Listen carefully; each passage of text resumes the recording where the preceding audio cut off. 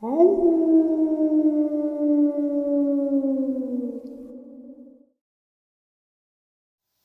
and salutations, everyone. I hope everyone is still doing well, and welcome to, depending on wherever you may live or however you look at your clock, a very special middle of the night or early morning bonus. I was going through a lot of audio and some video that I have had saved on two of my laptops that I use for the channel, and I stumbled upon a old interview that didn't have a intro or an outro.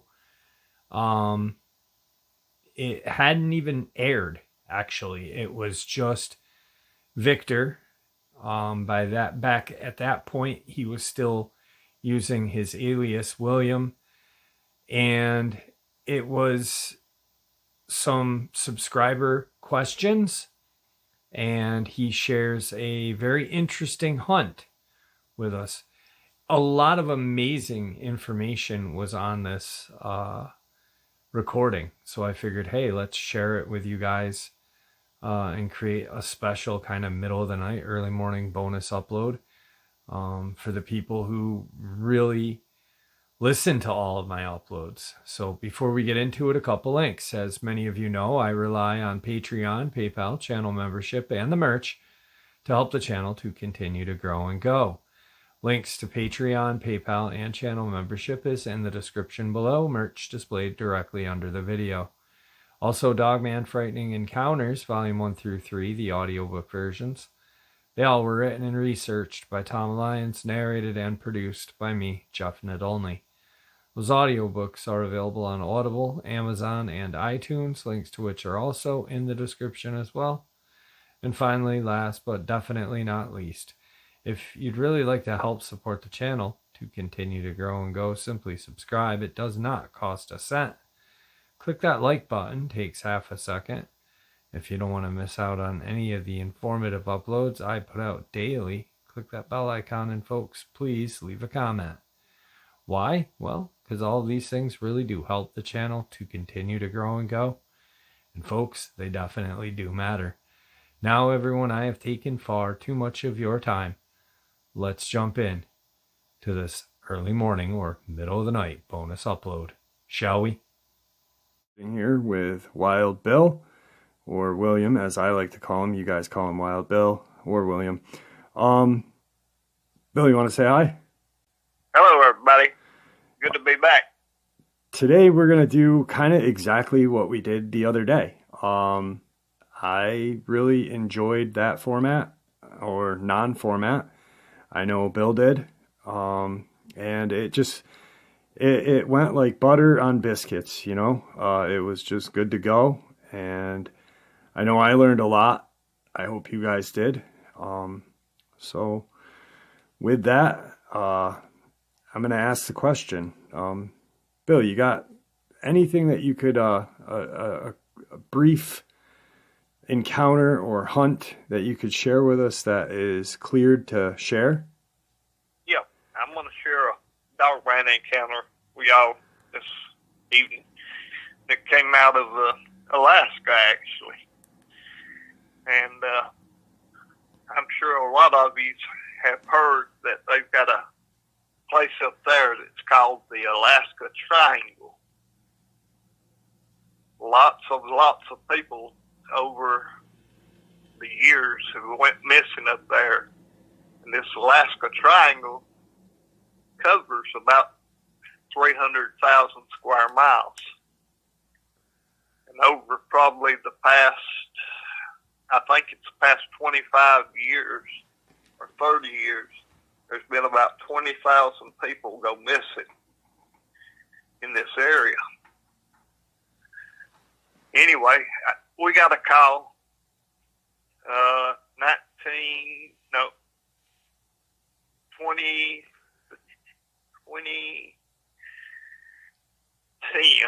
I went up there on a call, had two people that was down. We got up there, met with the highway patrol. They took us to an area, and they let us see the bodies.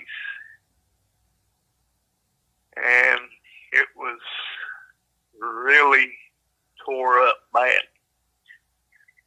And one of them was a native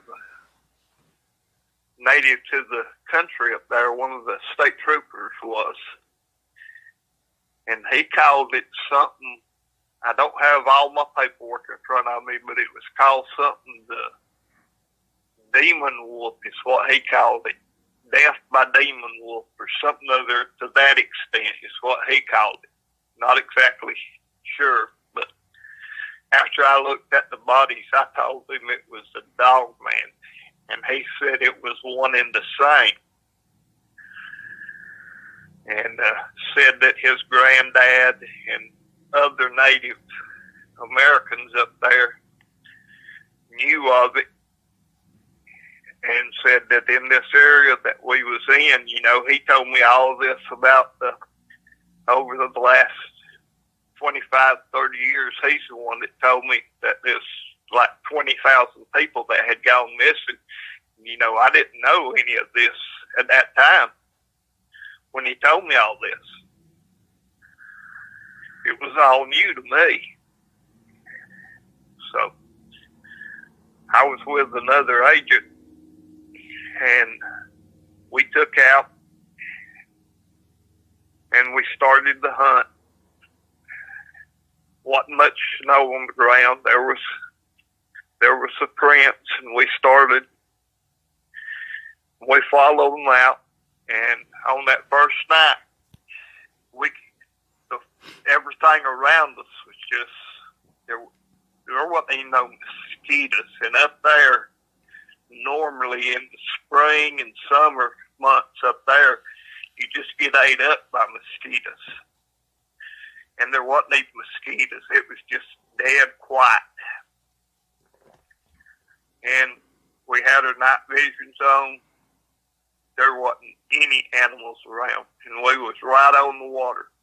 We actually backed ourselves up to the water where we wouldn't get hit from behind. They had to come at us from either the sides or in front of us. Early the next morning, there was a bunch of howling. And we couldn't, you know, we couldn't see them through our night vision that we was using. And it sounded like there was two sets of it coming from two different sides of us, but it didn't sound like it was really close, but didn't sound like it was that far. It sounded like it was 500-600 yards away. And I told him we'd split off, and he'd go to one and I'd go the other. So we split off, and it gets daylight. Finally, it gets enough daylight, and we split off and go our separate ways. And probably about 11 o'clock that day, we radio each other. And he said he couldn't find no tracks, and I'm on mine's tracks. I'd found where mine was. And I tell him where to come to, and we meet back up. And we start trailing the three that I'd found. And that's what we'd found down there where they had attacked these people. There was 3 sets of tracks down there. And we take off and follow them. And finally, that afternoon, late in the afternoon, we spot them. And they are going away from us. They didn't even know we was behind them at this point, I don't think. And we keep pushing on. We're closing the gap on them. They don't know we're behind them at this point. And it finally gets dark. We put our night vision back on, and I keep telling them we're going to stay on them. And I take point on them, and he's behind me. we just keep trailing, and we get close enough that the forest goes quiet on us. So we're probably within a 300-yard radius of them. And at that point, I figure that they know we're close enough to them, that they know we're there. And we start moving, just slipping along. You know, we've slowed down at this point. We're trying to take our time, trying not to let them flank us or get behind us. And I finally spot one of them off to our far right. And I tell him just to back up to me, and we're just going to go after this one. And we know he's there. So we start heading over towards him, and we're in some pretty tall timber at this point. And as we ease over through there, I don't know what made me do it, but I just stopped and knelt down, and he did the same.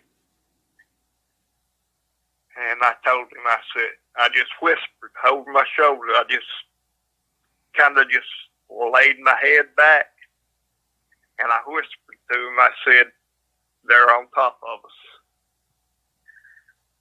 And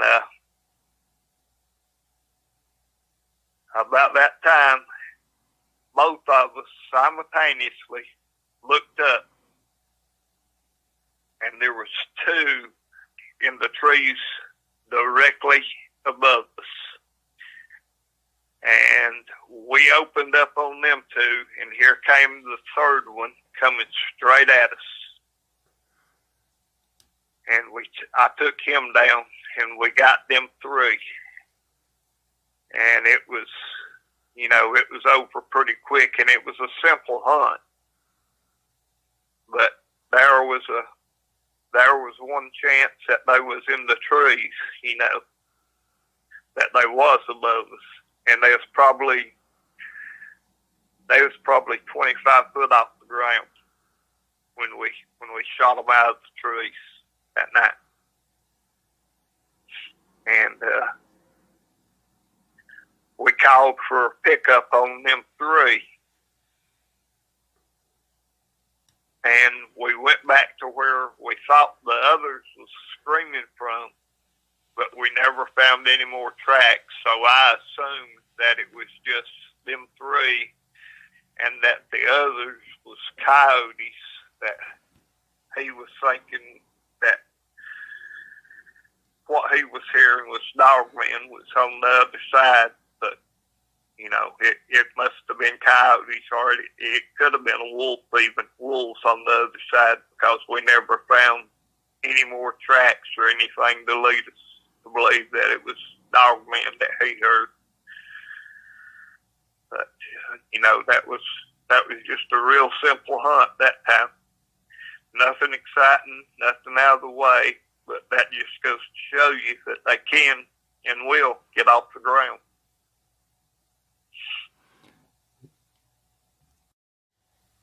So,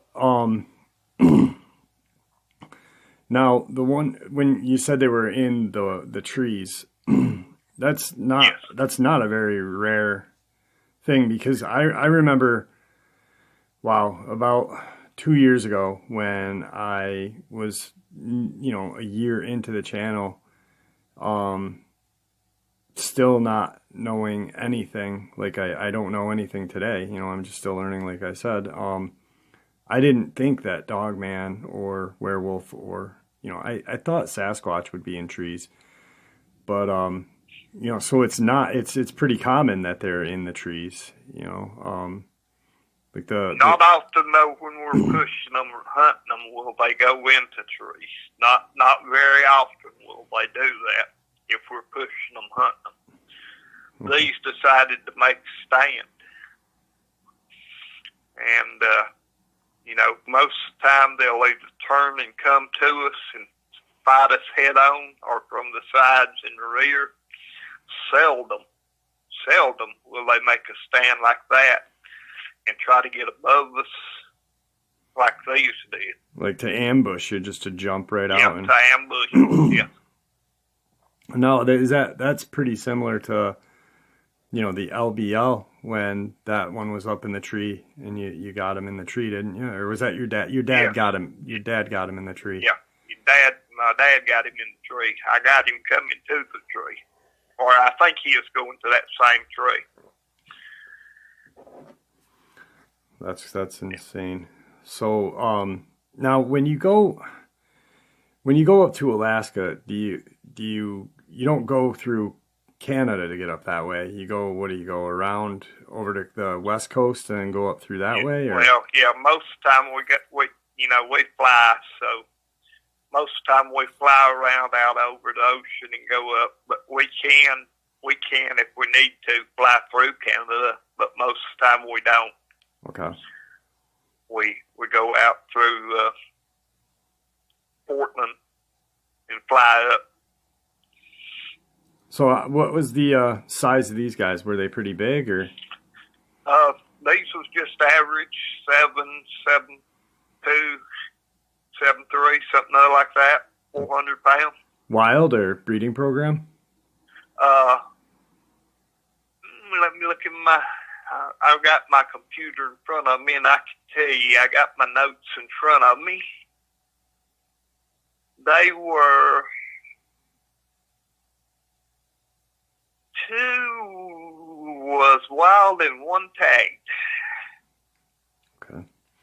So what do you think, that one that was out of the breeding program just kind of got with those in with the, 2 wild and probably just fell in with the 2 wild ones and kind of like a kid when they get in with a bad crowd. Yep. There you go. Yep. So that was a fairly easy one for you. Most of them. Yeah. Most of them don't go like that. I mean, a lot of the hunts is over in 2 days, like that. 2 or 3 days at most. You know, the Georgia hunt ended last night. We got it. They wrapped the Georgia hunt up last night with the doctor down in Georgia. I can't go into much detail with it right now till I get the paperwork cleared and get everything signed off. But they did catch up with a group of 5, and they was able to take all 5 out, and that's about as far as I can go right now. Right. I don't know. I hadn't been to the to see if it's see how many's tagged or untagged. They hadn't made it back yet. They're flying in now, so I will see them tomorrow, and I'll see the bodies of them tomorrow. So of the Dogman. Yep. And I'll know more tomorrow. I won't get it signed out tomorrow, but it'll be a couple of weeks before I get it all cleared. All right. But oh, sorry. I'm sorry. Go ahead. I thought you were all set with that because you couldn't share any more info. Yeah. We had talked every time we do one of these, me and Bill talk for a little bit, and I let him know, hey, this is, I've been reading about this and checking this out. And, one thing that I was reading that I kind of found interesting was, it was a quick little story I'll share, not tonight, but with I'll probably narrate it maybe tonight and have a second upload out. I was telling Bill that, but there was a encounter that I read about that happened in Louisiana, and I didn't get a chance to share this with you, but the person was calling it a wolf man, and I was reading it, and it sounded more like a werewolf because the woman who it happened to didn't she said there was no tail and stuff. Now, then that got me thinking about the Rougarou and Louisiana. That just seems like a really dense area, and it's kind of steeped in their culture. Is the Rougarou, Dogman, werewolf, whatever, I mean, I'm sure they call, if they see a Dogman, the Rougarou. If they see a werewolf, they call it a Rougarou. Have you had a lot of cases down in Louisiana? Yeah, we get a good many cases out of there. Most of them are nuisance cases, not as far as life losses. Right. Like farm chickens and stuff like that disappearing? Yeah. Yeah. Most of them are like that as far as animals are concerned. The breeding program animals came out of Louisiana in 52. They came out of Houma, Louisiana. Yep. And, they are,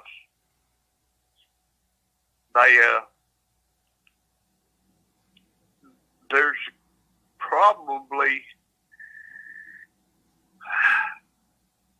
4 to 5 sightings or reports come out of there every 2 weeks, but they're nuisance. Okay. Animals. Because there's just so much dense area for them to hide, Yeah, there's so much, the swamps. And another thing you got to look at, these animals or creatures, the werewolf, your Dogman, and your Bigfoot, are going to stay close to water. That's one thing they're going to stay close to. When you get out into Texas, New Mexico, Arizona, all these places that don't have a whole lot of water, where there is water in these states, that's where you're going to find your denser populations of these animals. That's where there's going to be more of them than any place else. Now you get up in the Appalachian Mountains, Rockies, Sierras, all these places where there's streams, there's mountain runoff from snows, all this, where there's plenty of water, they're spread out all over the place. They're everywhere. Right. And so that brings a question to mind, or like a kind of an assumption almost, is like when you said like Texas, Arizona, and sometimes it seems like there's a lot of cases of sightings near rural areas or cities at night, and that's probably because it's their best opportunity to get to the water without being seen. That is that pretty accurate, or? That's pretty accurate.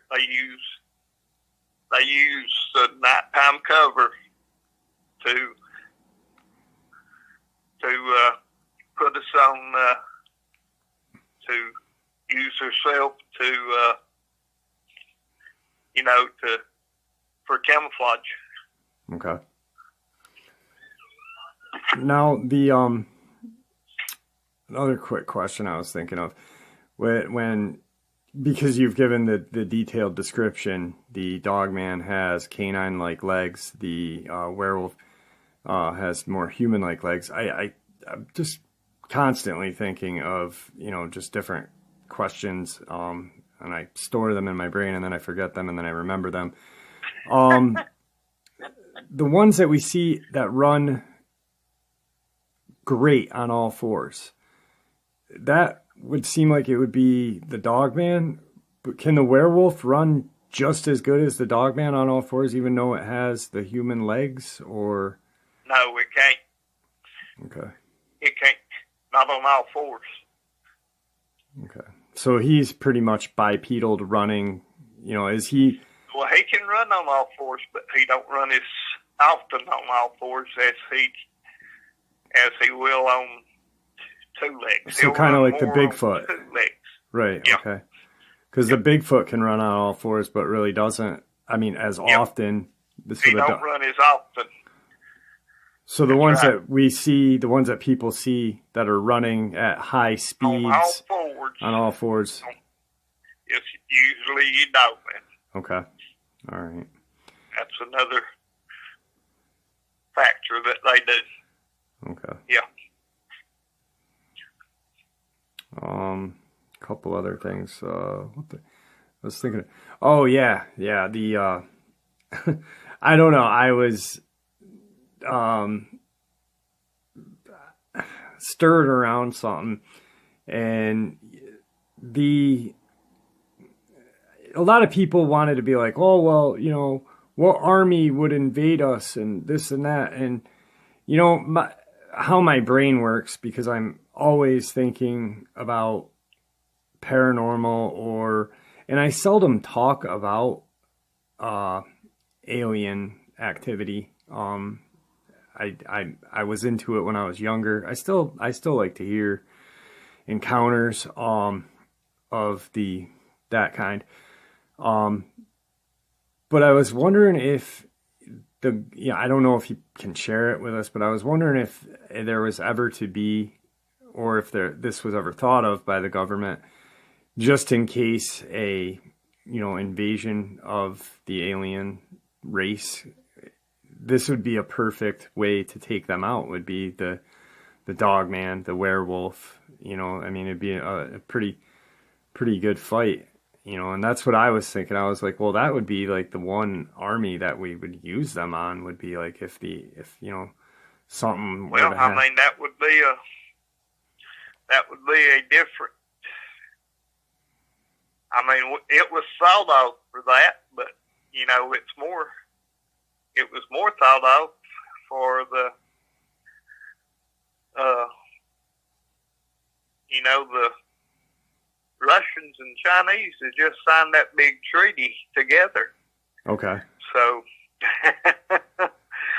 just so people kind of look at something. I didn't say that, but. All right.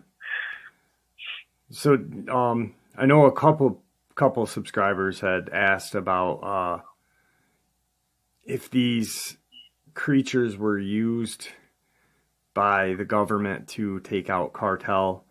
I don't really think I think maybe if there was just a rogue encounter, because the cartel, they're in the jungles all the time, that these things just stumble across and wipe them out. And I mean, that'd be a great thing to use them on too. But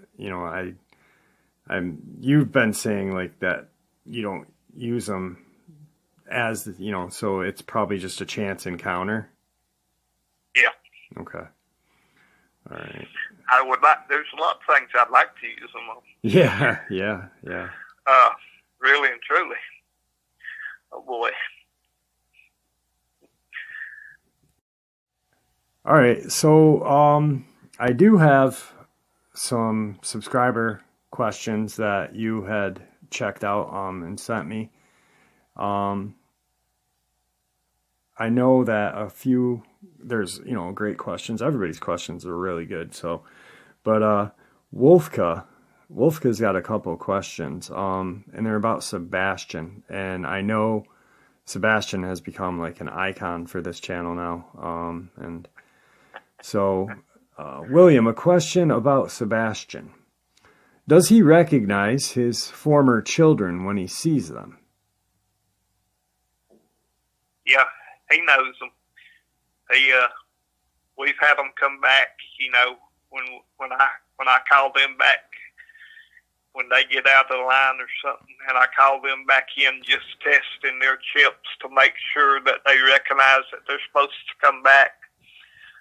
When we call them in, and we'll take the females by. I don't take the males by, but I take the females by, and they respond to him and know that that's who brought them into this world.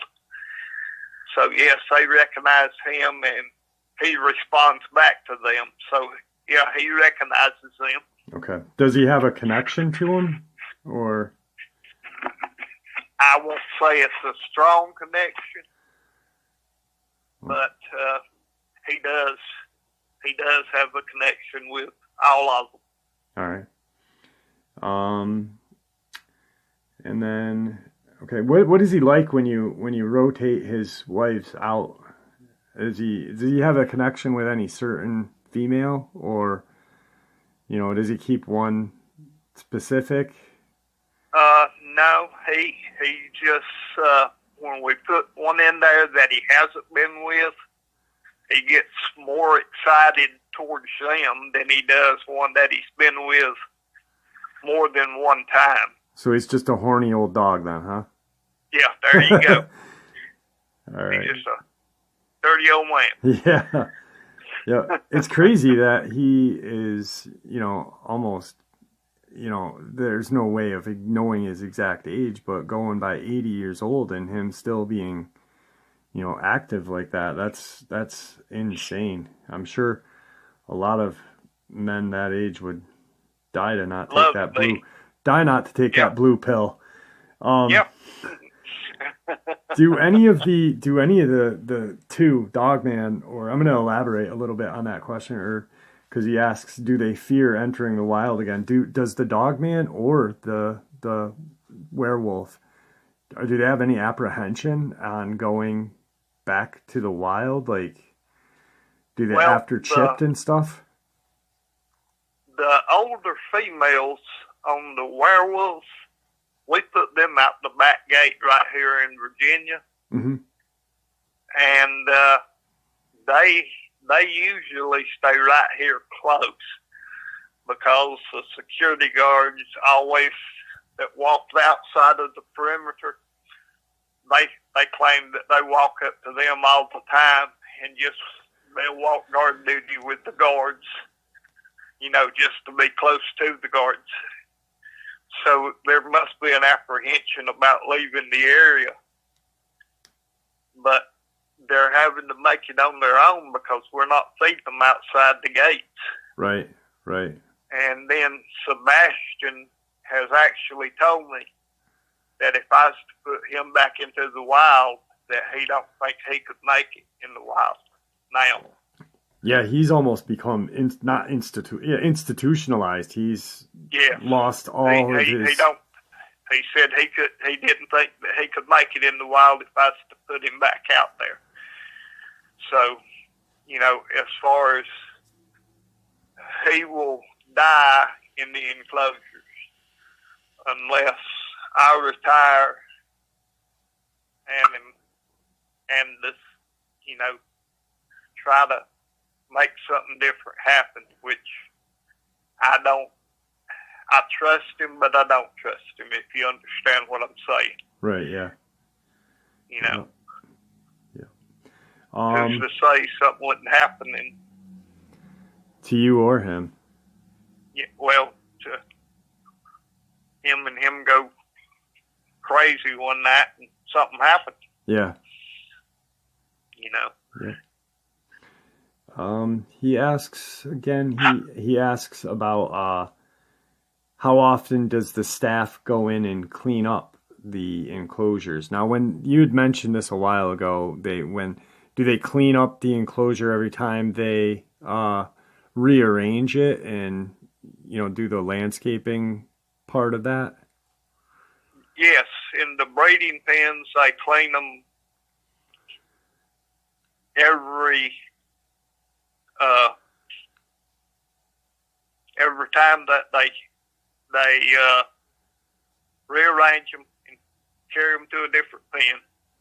And then on the other ones, they go in there every week because there's so many in a enclosure that they have to do it every week. Like the Dogman, yep. There might be 60 to 80 in an enclosure. Now, do they take them out, or does someone like, do you heard that? Yeah. Okay. Yeah. Have to take them from one to the other. Okay. Yes. Now, how long is that process? That's probably not, I mean, you got 60 Dogman or 60 werewolves in an enclosure. That's probably an all-day affair almost. Well, just take them from one to the other. Yeah. Okay. My question, I'm going to get off on that because when you were talking, you mentioned the breeding program. When a baby is born, are they born in the enclosure? Or let's say a female werewolf dogman is pregnant, are they taken out of that enclosure and put into a special like prenatal or, enclosure to be taken care of? Are the babies separated from the adults? How long, Once a female becomes pregnant, they're put into a different enclosure with just females. And after they're born, they go into a different enclosure with the mama and the babies into a smaller enclosure. And it'll be like a 5-acre enclosure, and there'll be maybe 8 females in there with their babies. Okay. All right. Now, Victor Porter, this is an interesting question. Why don't we hear about more dug up graves and grave desecration, since the Dogman likes to live in or around graveyards? Most graveyards have caretakers, and the caretakers just fill these holes in instead of calling family members and telling them that, hey, something's happened to so-and-so's grave. And that's the reason people don't know about something happened to a grave. And a lot of times they'll be in the woods, just inside the woods, and they'll dig holes. A lot of times they won't go into the graveyard, but they'll be just inside the woods and dig these holes. But more times than not, they'll dig 18-inch down on top of the grave, and that's where they'll sleep. Right, it's not like they're destroying the headstone or anything. So no. It would make the caretaker look bad, so the caretaker's just going to cover it up as fast as possible, and as long as there's no damage to the headstone, just move on. That's right. That's correct. Okay. Yeah. It ain't like they're doing damage to the headstones. Right. No, they're not doing nothing like that. They're just digging down into the ground, and they're not, 18, 20 inches is as deep as they're doing. They might get down underneath the edge of a headstone or something, but they're not destroying anything. Okay. And once they say that, most of them that's got caretakers, they'll just bring dirt in and fill it up. Move on. Brian Williams has a good question. William, are you able to get through most of your hunts without injury? Oh yeah, most of my hunts I get through without any trouble. I mean, up till about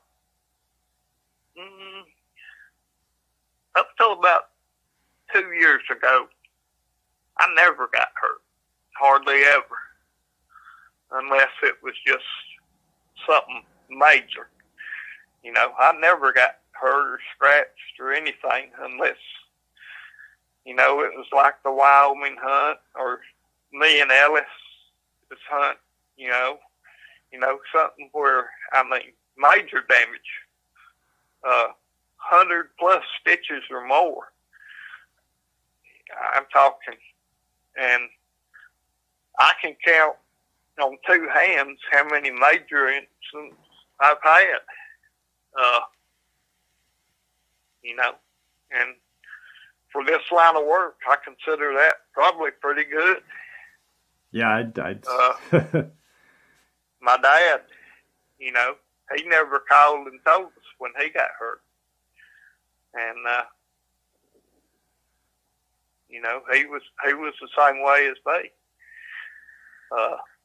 He never got near as many, but he never got into situations I was in. So he had several instances where he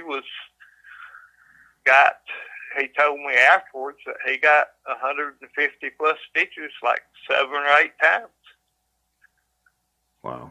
You know, and that's pretty big. That's a pretty big cut to get that many stitches. Yeah, that's most people in life goes through and might get 5, 6, maybe 10 stitches. Yeah, I've had over 1,000 at one time. So not bragging on it neither. Right. But this question from Jeff Robinson, I'm gonna ask the question, but I know a lot of subscribers as of late had some sort of like input, not on the question, but it's been brought up a lot. Jeff Robinson asks, what do you do if a game warden doesn't take you seriously? Then what? And I've read a couple other questions, like you heard, or one person said, you know, I've heard of a story where the police didn't even take them serious and kind of laughed it off. You know, what do they do then at that avenue if that ever happens? Go through the process and do the process the right way. First step, call the police. First step, call the police. Sheriff's Department. Actually, call the Sheriff's Department, I guess. Well, if you're inside the city limits, you got to call the police. If you're in the county, you got to call the Sheriff's Department. Tell them exactly what you say. Don't lie to them. Yeah, if they ridicule you, you're gonna have to take it. That's part of it. Don't lie. Do not lie. Second step, if they tell you that they can't do nothing about it, ask them if they're going to call the sheriff. If they're going to call the game warden. Ask them who you need to call. Ask them if they're going to call somebody for you. If they don't, call the game warden. Once you call the game warden will come out. And the game warden, you tell them what happened. And they will look around. And they know what to look for.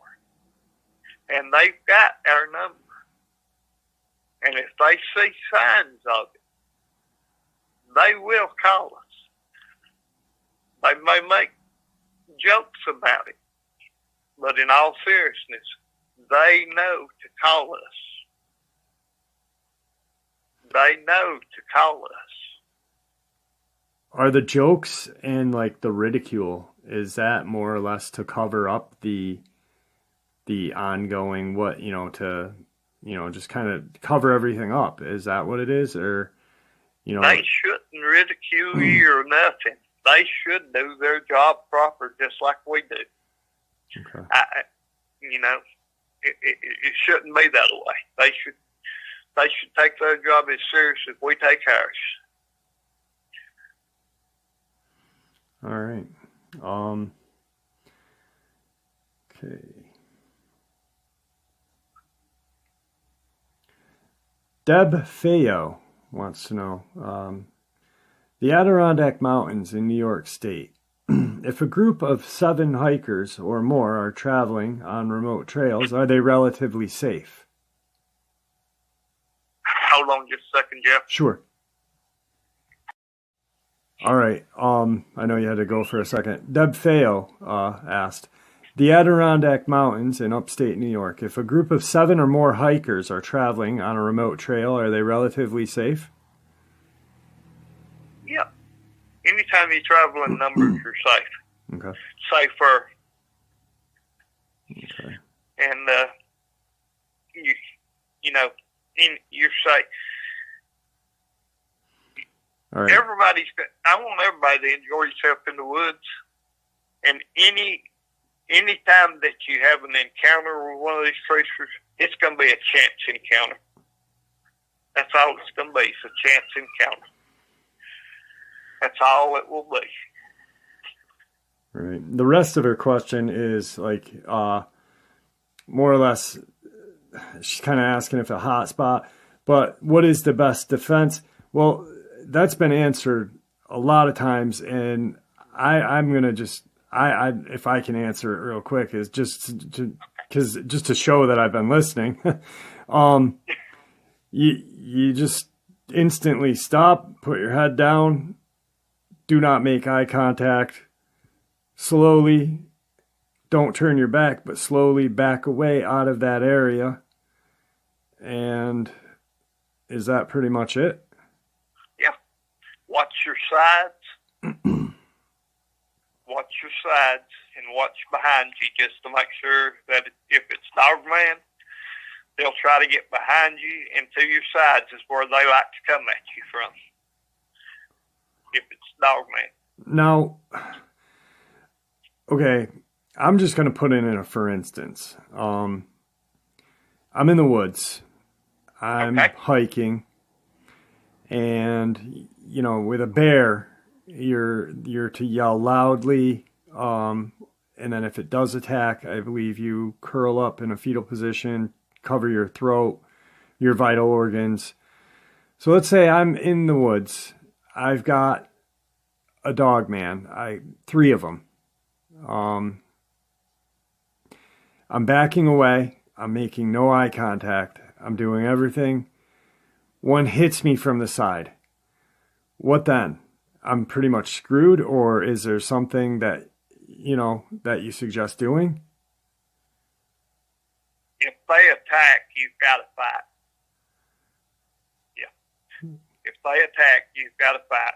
At that point, they've made the choice for you. At that point, you've got to fight. Pretty much go for flight. There's no flight at that time. It's fight then. No way to run. No time to run. Go for its eyes. Go for its eyes is the biggest thing to go for then, because you're in hand to hand. And hope you can get its eyes, poke its eyes, do anything you can do to get at its eyes. That's its weakest point then, is its eyes. Okay. So if like, you know, like, okay, let's say I'm just the average person who doesn't have a gun, doesn't have a firearm, just wants to go hiking. Is it a good policy to maybe invest in, you know, like one of those walking sticks that are tipped at the bottom, you know, just something to have a collapsible? That way, if you do get in a predicament, you've got at least some sort of, you know. I mean, I would recommend carrying something. I mean, at that point, anything's better than nothing. Okay. Anything's better than nothing at that point if you run upon one of the big 3. And as far as curling up in a ball, that's only good for like a grizzly or a brown bear. If it's a black bear, you need to make yourself as big as possible. Holler, stand up, spread your arms out. Curling up in a ball is no good with a black bear. Okay. All right. So remember that.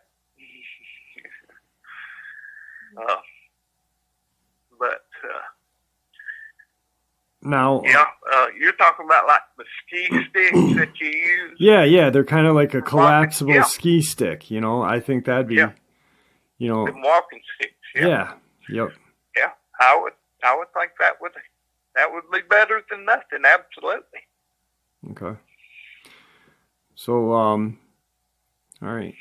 Now, That was something good to bring up. yeah, because I really mean, hadn't thought about that. you got to have Yeah. some sort of preparedness, and you know, like you said, like a bear spray is not going to work. It's going to piss them off, and it's going to get back in your face as well. Yeah. They're, But, you know, you need something just in case. But the chances of you seeing one of these things is 99.99% of the time you ain't gonna see one. okay. All right. I kind of got. I mean, we went to the questions real quick because I kind of got off the. I kind of lost questions. You know, I kind of went back on format. But I came back, and I wanted to talk a little bit about that one time, if we can. You had mentioned when you were hunting, I want to say New Mexico or the Arizona, and the Cadejo or whatever, the black dog, and the hunter kept you went to his home, you were out of water. Is that something you can talk about right now? Or I can. A lot of people would like to hear that story because, you know, I mean, there was a lot of feedback on that. I had read it. Tracking a Bigfoot. Yes. Yeah. I was in Texas, I think, though, wasn't I? I believe I was in Texas. I can pull it up real quick. I got it right here in front of me. Give me just a second. Can you pause it just a second? Yeah, I'll pause it. Hang on one second. All right. I know you had to go for a second. Deb Feo asked, the Adirondack Mountains in upstate New York, if a group of 7 or more hikers are traveling on a remote trail, are they relatively safe? Yeah. Anytime you travel in numbers, you're safe. Okay. Safer. Okay. And, you're safe. All right. I want everybody to enjoy yourself in the woods. And any time that you have an encounter with one of these creatures, it's going to be a chance encounter. That's all it's going to be. It's a chance encounter. That's all it will be. Right. The rest of her question is like, more or less, she's kind of asking if a hot spot, but what is the best defense? Well, that's been answered a lot of times, and I'm going to just, if I can answer it real quick, is just to show that I've been listening. You just instantly stop, put your head down, do not make eye contact, slowly, don't turn your back, but slowly back away out of that area. And is that pretty much it? Yeah. Watch your sides. Watch your sides and watch behind you just to make sure that if it's Dogman, they'll try to get behind you, and to your sides is where they like to come at you from. If it's Dogman. Now, okay, I'm just going to put in a for instance. I'm in the woods. I'm hiking, and with a bear, you're to yell loudly, and then if it does attack, I believe you curl up in a fetal position, cover your throat, your vital organs. So let's say I'm in the woods. I've got a Dogman, 3 of them. I'm backing away. I'm making no eye contact. I'm doing everything one hits me from the side, what then? I'm pretty much screwed, or is there something that, that you suggest doing? If they attack, you've got to fight. Yeah. If they attack, you've got to fight. At that point, they've made the choice for you. At that point, you've got to fight. Pretty much go for flight. There's no flight at that time. It's fight then. No way to run. No time to run. Go for its eyes. Go for its eyes is the biggest thing to go for then, because you're in hand to hand. And hope you can get its eyes, poke its eyes, do anything you can do to get at its eyes. That's its weakest point then, is its eyes. Okay. So if okay, let's say I'm just the average person who doesn't have a gun, doesn't have a firearm, just wants to go hiking. Is it a good policy to maybe invest in, like one of those walking sticks that are tipped at the bottom, just something to have a collapsible? That way, if you do get in a predicament, you've got at least some sort of, I would recommend carrying something. At that point, anything's better than nothing. Okay. Anything's better than nothing at that point if you run upon one of the big three. And as far as curling up in a ball, that's only good for like a grizzly or a brown bear. If it's a black bear, you need to make yourself as big as possible. Holler, stand up, spread your arms out. Curling up in a ball's no good with a black bear. Okay. All right. So remember that.